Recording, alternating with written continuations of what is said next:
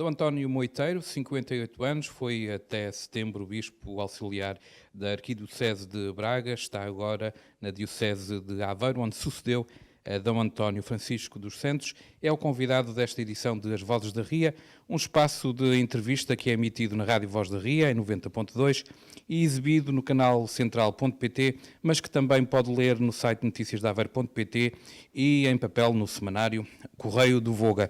Antes de mais, Sr. Bispo, muito obrigado por ter aceito este convite para estar aqui no papel de entrevistado. Gostava de saber, neste período de quase meio ano que leva de Diocese de Aveiro, que impressão é que leva nesta altura do seu desempenho? Eu, nestes 5 meses, a caminho do meio ano, do 6º mês, já visitei mais de metade das igrejas matrizes da nossa Diocese. Já estive na mais de metade das paróquias, onde celebrei a Eucaristia, onde me encontrei com grupos de jovens que se crismaram e outros grupos de adultos, e também já tivemos várias ações de formação e encontros com os sacerdotes.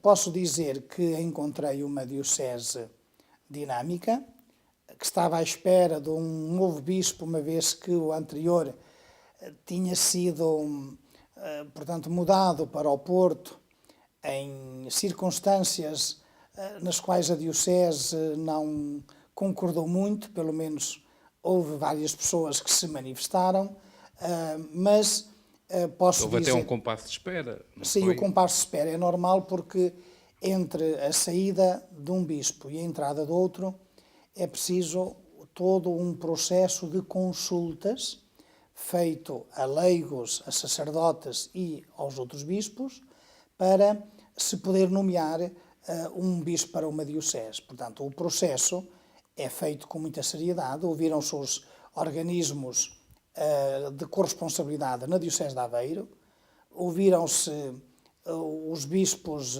sobretudo da província eclesiástica do Norte, e só mediante este processo é que foi nomeado o novo bispo. Encontrei a Diocese à espera, de facto, do novo bispo, mas com vontade de se organizar, de se renovar, de trabalhar. No fundo, eu entendo que o meu papel como bispo é presidir esta porção do povo de Deus que é a Diocese de Aveiro. Mas eu estou inserido numa tradição mais longa, que na Diocese de Aveiro nem é assim muito longa, porque a restauração foi há 76 anos. Quem pensa numa diocese como Braga ou aquela de onde eu fui sacerdote, que tem centenas de anos, a Guarda, significa, mas é esta tradição na qual eu me inseri e me senti bem acolhido. Na altura, quando chegou, disse que justamente que gostaria de continuar o dinamismo da missão jubilar, que foi marcante nesta parte final do período do António Francisco dos Santos. É isso que mantém? Sim, porque a missão jubilar pretendeu celebrar os 75 anos da restauração da Diocese, que foi em 1938, e também, e isto é bom dizê-lo, relançar a Diocese nestes dinamismos novos que até coincidiram com a nomeação do Papa Francisco. E é nesta renovação e nesta caminhada que eu me inseri e na qual quero continuar juntamente com o povo de Deus e os sacerdotes. Esta é uma diocese que é muito dependente do bispo, sentiu isso ou não? Todas as dioceses têm necessariamente como referência o bispo. Aqui há uma referência de facto diferente. Porquê?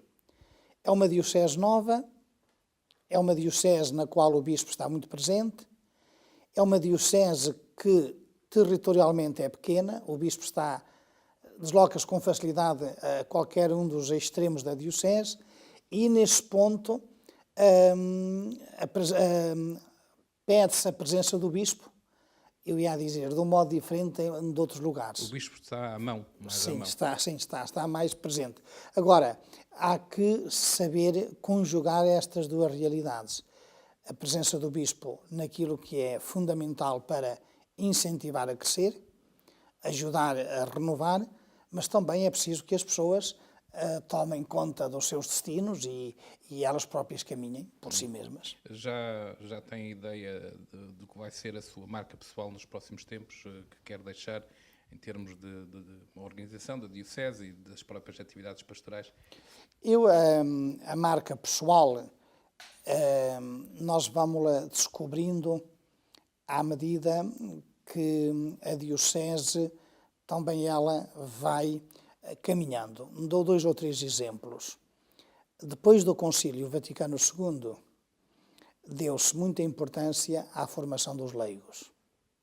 Lógico que o Sr. Dom Manuel de Almeida Trindade, que foi o bispo do Concílio, sentiu a necessidade de construir a Casa Diocesana de Albergaria para ser um polo de atração para a formação dos leigos na Diocese. Depois disso, apareceu a Universidade, depois do 25 de Abril. A Universidade como um polo de desenvolvimento e de milhares de jovens presentes na nossa cidade. Que a Igreja também acompanhou. Que o Sr. Dom António Marcelino sentiu necessidade de construir e instituir o centro universitário. Depois disso, o Sr. Dom António Francisco sentiu também que era necessário um espaço para os padres mais idosos, para os padres que precisavam de acompanhamento na última fase da vida.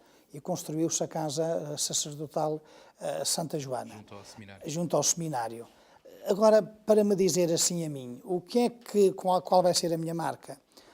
A minha marca queria que fosse a da Diocese. E queria que fosse este caminhar com a Diocese, vendo aquilo que é mais importante para a sua renovação espiritual.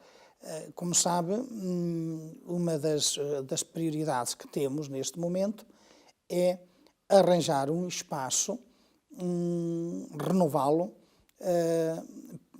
para podermos instalar os serviços pastorais da Diocese. Concentrar os serviços. Sim, e estabelecer, portanto, espaços condignos. Outra realidade que me parece importante, à qual devemos responder hoje, é uma espécie de criar uma rede de comunhão ao nível das várias instituições da Diocese. Eu explico-me. Nós temos várias instituições de solidariedade social, com crianças, com idosos, com jovens em risco. Temos várias na Diocese. Por que não todas estas instituições que estão cada uma nas suas paróquias, em algumas paróquias até há mais do que uma instituição, por que não criar uma rede de comunhão, mas esta comunhão aos vários níveis, de pessoas, sim, mas, por exemplo, já imaginou o que seria uma rede de consumidores de combustíveis, uma central de aquisição mas, no fundo, optimizar serviços e também ter capacidade de negociação. Ora, eu penso que este é um trabalho... Os custos diários dessas instituições. Porque eu estou a sentir, e agora é outra marca que está aqui a acontecer, outro desafio, mais do que marca, que as nossas instituições de solidariedade social estão a atravessar por momentos muito difíceis, por várias circunstâncias. Pressionadas. Porque a crise faz com que o Estado colabore menos, a crise faz com que as pessoas, os utentes, possam contribuir menos, a crise faz com que as respostas tenham de ser mais intensas, e se nós não otimizamos recursos, nós não respondemos com qualidade a estes desafios que se colocam à Igreja. No campo social, mas agora quando falamos no campo social, eu estou a pensar no campo pastoral. E também penso na renovação depois pastoral, que é a renovação da formação cristã, dos vários agentes, das várias pessoas, para que o cristianismo, para que a fé não seja como que um divórcio entre o que se acredita e o que se vive, e o modo como se vive. E que é esta comunhão que tem de fazer com que a Igreja continue e a ser significativa para os homens e mulheres do nosso tempo. E encontra no terreno essas estruturas da parte dos leigos capazes de serem ainda mais mobilizadas na área da juventude, dos idosos. A Igreja de Aveiro está... Nós, a Igreja de Aveiro, podemos dizer que tem respondido naquilo que lhe diz respeito com muita generosidade nestas valências. Eu estive agora na quarta-feira passada, antes de ontem, estive na Casa do Redolho, na Borralha. A Casa do Redolho é uma casa onde há crianças e jovens que não têm o apoio familiar que devem ter. E está uma instituição que luta com muitas dificuldades, mas onde eu encontrei um ambiente muito saudável, um ambiente muito familiar, onde se educam pessoas. Mas este é um exemplo, mas se nós formos aí pelas nossas paróquias, há sempre a resposta às várias dimensões de cariz social. Isto aqui também é bom tê-lo presente, porque o cristão, a fé cristã, tem sempre 3 dimensões e que em nós, Igreja, devem estar sempre, portanto, harmonicamente articuladas. Temos o anúncio do Evangelho, que é a obrigação, que nos vem do mandato de Jesus. Temos a celebração da fé, enquanto que o cristão não é apenas aquele que acredita, mas é aquele que também celebra a sua fé. Mas não podemos ficar na igreja, nem podemos ficar na celebração. Temos de a levar para a vida. E as obras sociais da igreja é, no fundo, uma resposta do cristão, ou de um grupo de cristãos, ou de uma paróquia, ou de uma diocese, a dificuldades sociais, que é uma resposta de levar a fé como contributo à renovação do mundo em que vivemos. Só um exemplo muito interessante, e era bom que estamos a celebrar isso. Sabe que a nossa diocese foi restaurada em 1938. No ano seguinte, celebramos 76 anos em dezembro. E este ano estamos a celebrar os 75 anos da instituição de cariz social As Florinhas do Volga. O Sr. Dom João, evangelista de Lima Vidal, que foi o primeiro bispo da diocese restaurada, não se contentou apenas em restaurar a diocese, criar uma paróquia. Ele criou, a primeira paróquia foi Pardelhas, na Mortosa, criou a primeira paróquia, mas logo a seguir criou uma obra de cariz social para resposta à problemática dos pescadores, das mães, dos filhos, dos pescadores que iam para o mar. As Florinhas do Volga foi por aí, foi essa a resposta. Mas mais bonito ainda é que, nesse mesmo ano, ele mandou vir para a diocese uma congregação religiosa, as Criaditas dos Pobres. Para quê? Para dar resposta, uma presença de igreja junto dos mais pobres. Isto é, a fé, se não tem uma resposta em relação aos irmãos, e tenham ou não tenham fé, é para todos, é uma fé morta. A fé tem que ter obras. Uma das grandes instituições da Igreja presente em Aveiro é também a Cáritas, com várias valências. Há pouco falava das instituições que estão pressionadas pelo final dos tempos, pelas dificuldades. A Cáritas também sente, Sim, também abana também, e sabe que a Cáritas, o socorro que tem que dar. A Cáritas tem várias valências. Aqui, a nossa Cáritas diocesana tem uma casa de apoio a jovens, na zona de Esgueira. Depois tem várias outras dimensões, por exemplo, tem um serviço de apoio à violência doméstica. Muita gente não conhece. e tem toda uma série de valências que também são resposta a estas dificuldades em que hoje vivemos. O último exemplo é de hoje, é atual, é desta semana. O antigo presidente Jorge Sampaio, portanto, a nível da ONU, ele lançou uma campanha de recolha de roupas para ajuda dos deslocados da Síria, sobretudo crianças. A quem é que recorreram? À Caritas Nacional. Quem é que na nossa zona assumiu a campanha e a está a desenvolver? A Caritas Diocesana. As grandes campanhas passam Tem que obrigatoriamente passar por aí, porque pela Caritas. a Caritas, até pelos estatutos aprovados pelo Papa, Bento XVI, são o rosto da caridade do Bispo.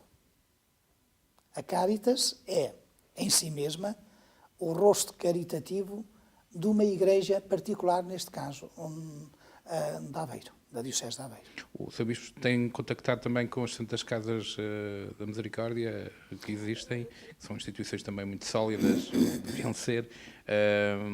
O esforço das Misericórdias também está a ser elevado ou tem estrutura? Eu quando vou sobretudo às sedes de conselho, onde há uma Santa Casa da Misericórdia, eu procuro conhecer e estar. E estive já com todos os provedores no outro dia em Estarreja, quando houve a reunião da zona, portanto, aqui da nossa zona de Aveiro, do distrito de Aveiro, que, como sabe, não coincidem diocese e distrito, mas eu estive com eles e o apelo que lhes fiz, eu fiz-lhes 2 ou 3 apelos. Um era o respeito pela autonomia deles, como instituições de igreja.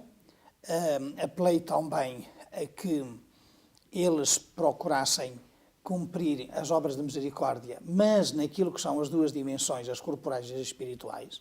As corporais é procurar o bem das pessoas, matar a fome,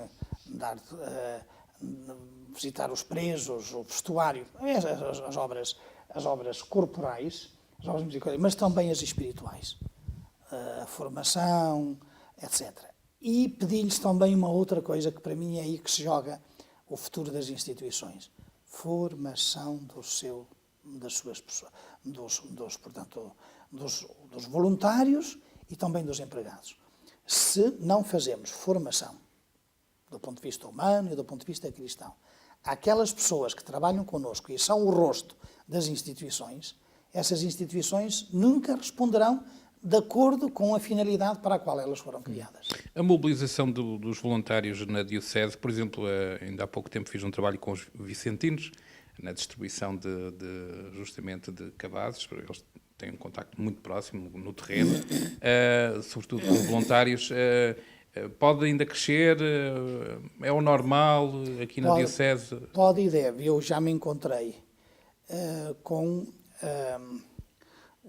as conferências vicentinas da nossa Diocese antes do Natal. Agora não sei dizer qual foi o mês, mas já me encontrei com eles. E uma das coisas que me preocupa é a capacidade de renovação que eles tenham em si, porque uma instituição será tanto mais eficaz na medida em que ela é capaz de se renovar a si mesma, como é evidente.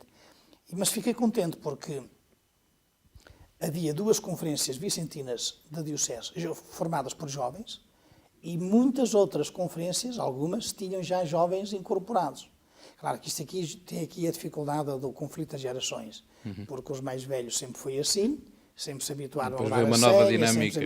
E vêm os novos e depois eu dizia-lhes isto: olha, não se queixem, os mais velhos não têm jovens porque os jovens querem trabalhar, não podem que eles trabalhem ao vosso jeito e segundo a vossa mentalidade. Tem de haver aqui uma harmonia para poderem trabalhar. Agora, este é um ponto fundamental. Se não renovamos os voluntários, isto é, se os voluntários não têm capacidade de se renovar, é evidente que as instituições, os organismos acabam por morrer.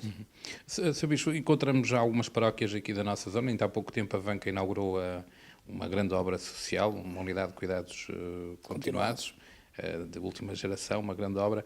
Paróquias muito envolvidas com grandes projetos. Um pároco torna-se quase um gestor também ali, um gestor social, com grandes encargos financeiros. É um risco ou é uma oportunidade para as paróquias que se envolvem neste... As duas coisas. É uma oportunidade porque é, como dissemos antes, o rosto caritativo da paróquia, da comunidade cristã. Porque a caridade, e também é uma palavra que está gasta no vocabulário da nossa sociedade, a caridade não é apenas dar coisas. A caridade é, sobretudo, colocar-se no lugar do que sofre. E este Papa tem falado muitas vezes nisto. Porque a caridade é Deus. Em latim, como sabe, a definição é Deus caritas est. Deus é caridade. Que em nós se traduz Deus é amor. E quando falamos em caridade, falamos neste amor concreto. É uma oportunidade, mas também é um risco. E esse risco nós estamos a calculá-lo. E eu, como bispo diocesano, preocupo-me com ele. E dou-lhe apenas 2 dados que me parecem que são muito importantes. Estas instituições, como a crise em que estamos, também têm passado por uma crise grande, porque algumas têm mesmo já saldos negativos. Porquê? Porque as pessoas podem pagar menos, ou algumas não podem pagar, e, como é lógico, nos podem pôr as pessoas na rua. E depois há toda uma série de exigências que se têm de cumprir, que são, muitas vezes, onerosas para um orçamento. Também é verdade que o sacerdote, por natureza, neste momento dos estatutos desses centros sociais, é o presidente da instituição.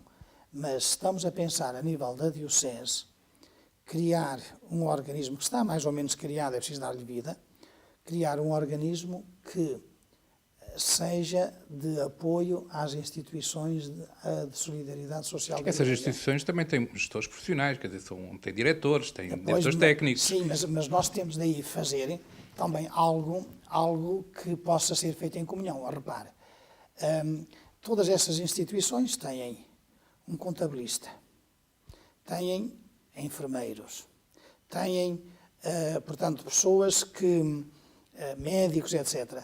Eu pergunto-me, nós não poderíamos fazer aqui um trabalho mais em comunhão?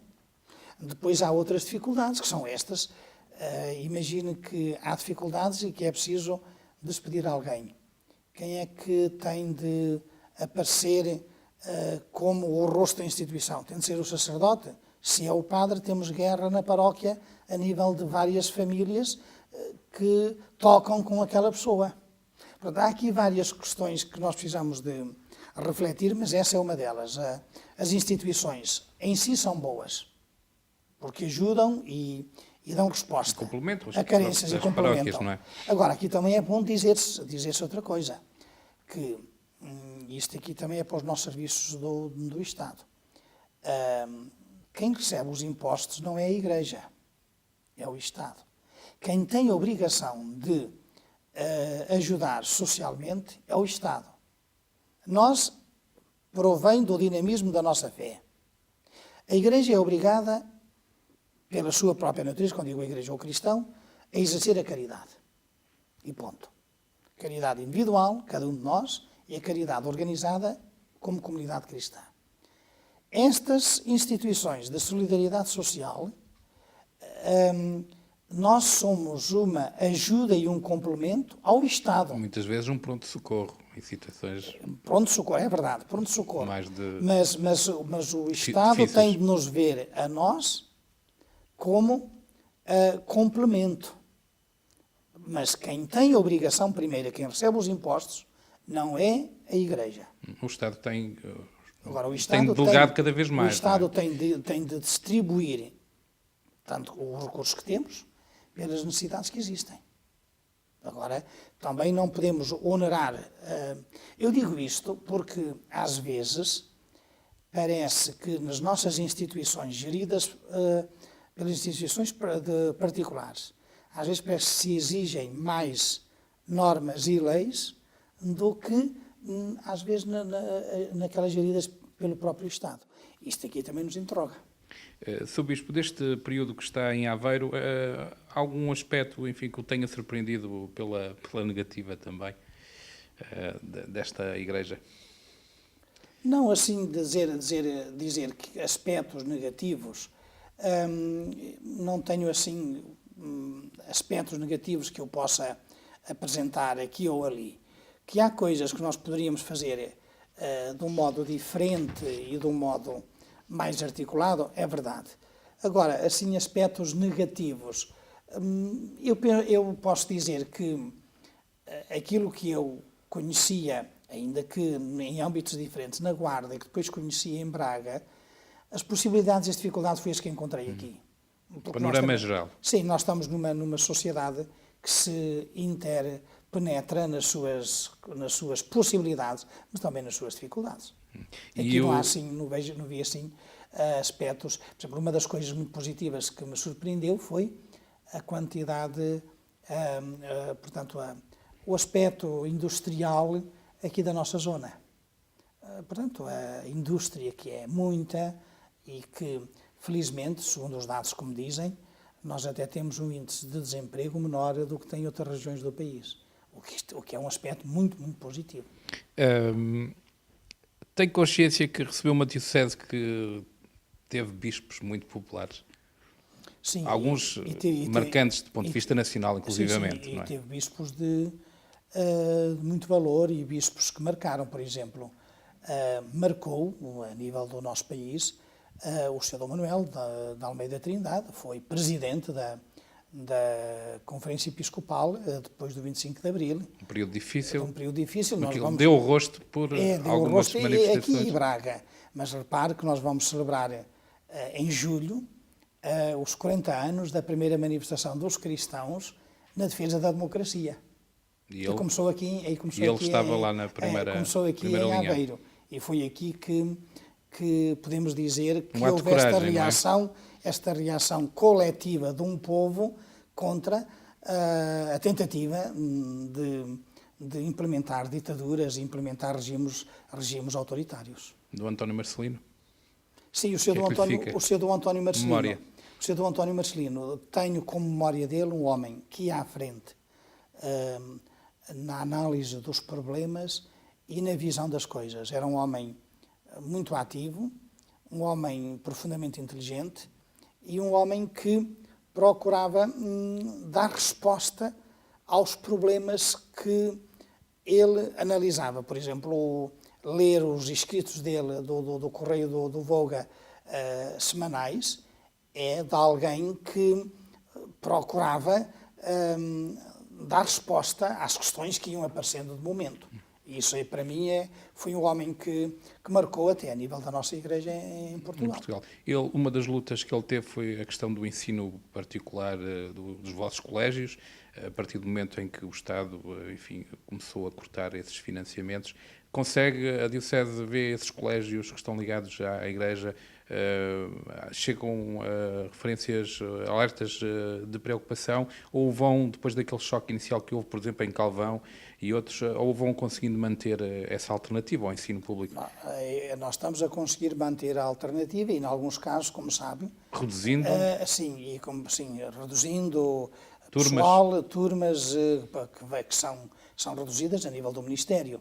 E temos conseguido manter com muitas dificuldades. Mas o ensino particular continua e cooperativo continua a dar resposta, tanto mais que, a nível nacional, os resultados têm-se notado a nível nacional. Mas aqui eu gostava também de dizer uma outra coisa que é importante. Às vezes nós vemos nos meios de comunicação social e ouvimos que se quer acabar com a escola pública. Eu acho que o problema não é acabar com a escola pública. O problema está em dotar os alunos de instrumentos para que eles possam responder amanhã aos desafios que a sociedade lhes põe. Aqui não é uma questão de ser uma escola dirigida pelo Ministério da Educação ou dirigida por instituições particulares, mas aqui é uma questão de preparar alunos para o futuro, para que na formação eles estejam aptos a dar respostas até ao desenvolvimento do país. E isto põe aqui uma questão muito importante. Nós não podemos pretender um financiamento para a escola pública diferente de um financiamento para as escolas particulares. Ou seja, privilegiar Eu um gostava de saber setor ou outro. eu gostava de saber quanto é que custa um aluno num colégio particular e quanto custa um aluno na escola pública. E se todos pagam impostos, é bom que haja uma equidade na distribuição. Portanto, aqui a questão, a meu ver, é centrar não a questão na escola, mas centrar a questão nos alunos. E quando falo nos alunos, falo também no direito dos pais a escolher a educação que querem para os seus filhos. E, como sabe, na maioria dos nossos pais, infelizmente, não têm a opção de escolher porque não podem pagar. Eu reparei, estive a consultar o seu currículo vitae, reparei que fez um doutoramento a estudar os catecismos portugueses entre 53 e 1993, não é? Foi Sim, isso? sim, foi. Portanto, está a área de formação, o catecismo, a catequese. Sim. A Igreja renovou-se também nesse aspecto, está à altura das expectativas dessa camada mais jovem, de fazer a formação cristã. Nós temos feito um esforço muito grande de renovação nas nossas paróquias e é curioso que as nossas crianças, os nossos adolescentes e os nossos jovens passam pelas paróquias, pela catequese. Aqui também o desafio voltamos ao mesmo, é formar os catequistas para que sejam bons educadores dos catequizandos. Agora, que este é um campo fundamental que se insere no campo do anúncio do Evangelho. A Igreja tem a obrigação de anunciar o Evangelho. E anuncia o Evangelho através da catequese e de outros instrumentos de formação.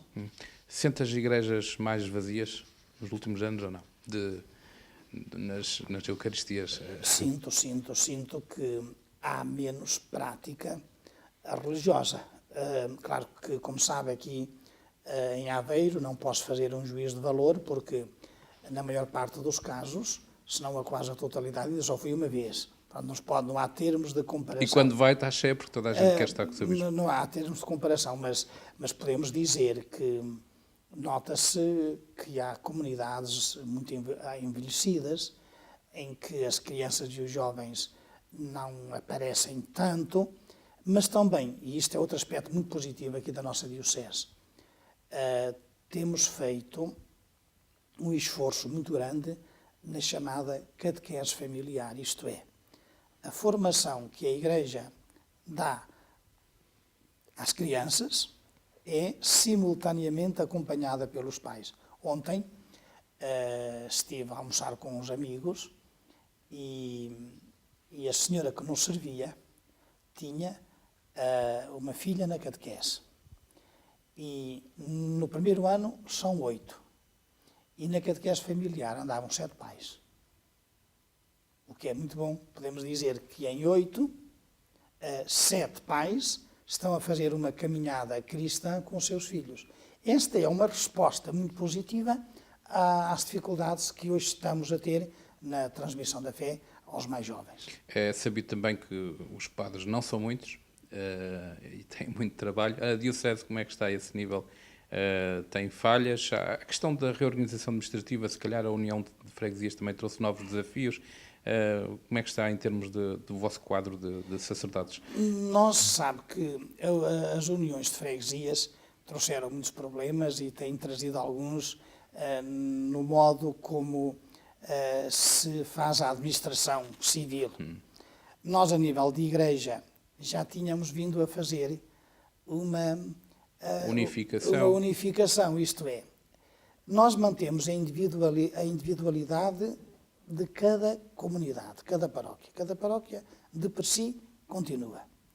Mas depois, um pároco tem 2 ou 3 paróquias. continua a mesma, mas distribui o seu tempo e o seu trabalho pelas 3 paróquias. Eu dou-lhe um exemplo muito concreto. A minha aldeia, a freguesia onde eu nasci, é uma união de 3 freguesias. Agora é uma união de freguesias, mas aquela que é mais populosa quase que absorveu as outras 2. Isto é negativo, enquanto que...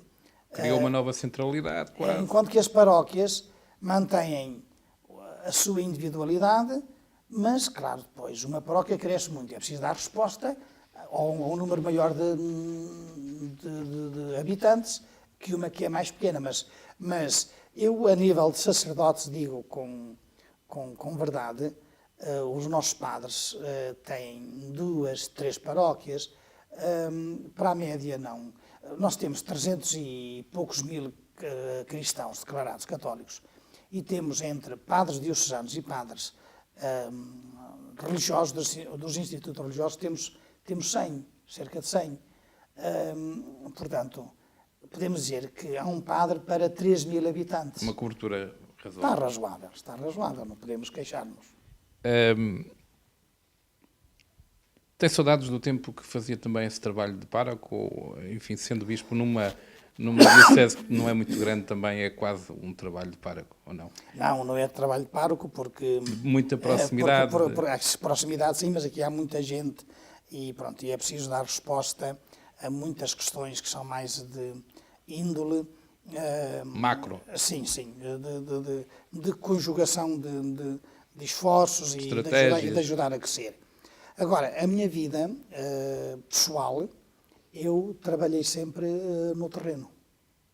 Eu trabalhei sempre nas paróquias e mesmo quando estive no seminário maior, na formação dos padres, também tinha 3 paróquias pequenas às quais eu prestava também assistência.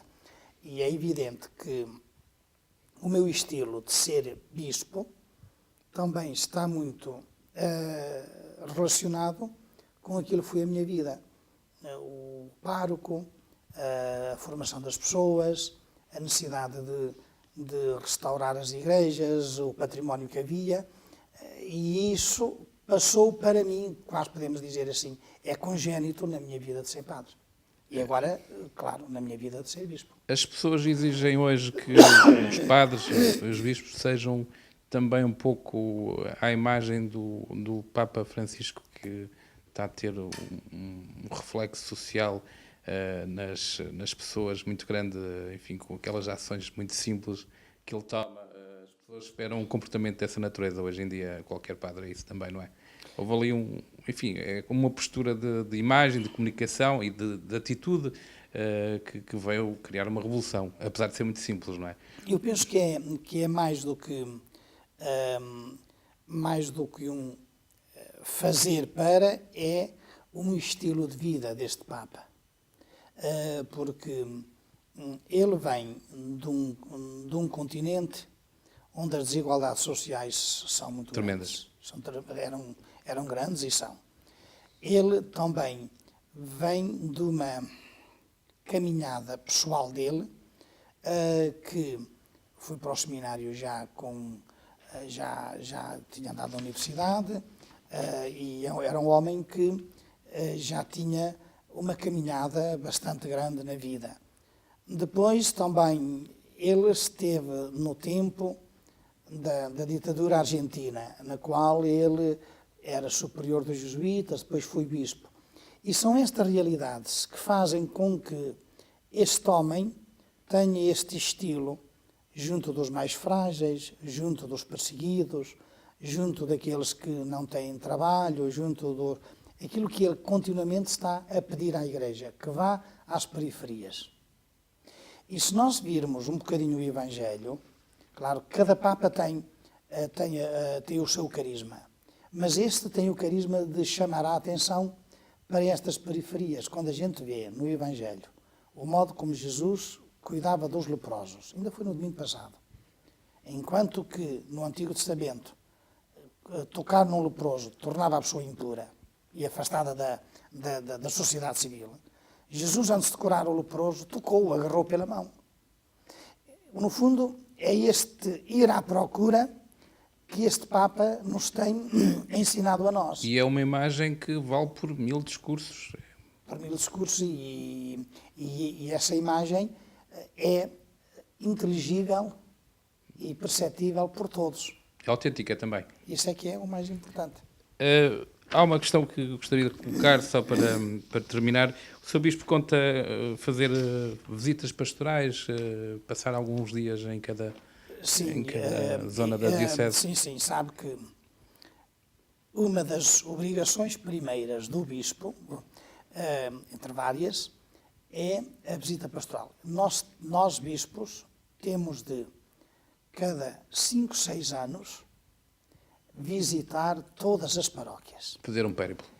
Eu, pessoalmente, ao fim de um ano, quase que estive em todas as igrejas matrizes, mas não fiz visitas pastorais, porque as visitas pastorais é estar com as pessoas, conhecer a realidade, ajudar os cristãos a crescer na fé, a tentar corrigir coisas que tenham de ser modificadas.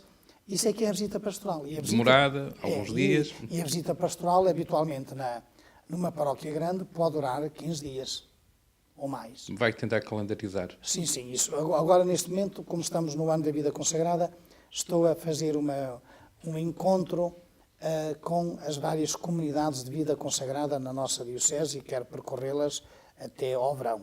Depois, a partir de setembro, no princípio do ano pastoral, começaria por Águeda, porque o Sr. Dom António Francisco não teve tempo de realizar toda a visita pastoral. E faltavam-lhe 3 arciprestados: Águeda, Ilhavo e Aveiro. É por aí que vai começar. E eu vou começar por aqui. São estes 3 próximos.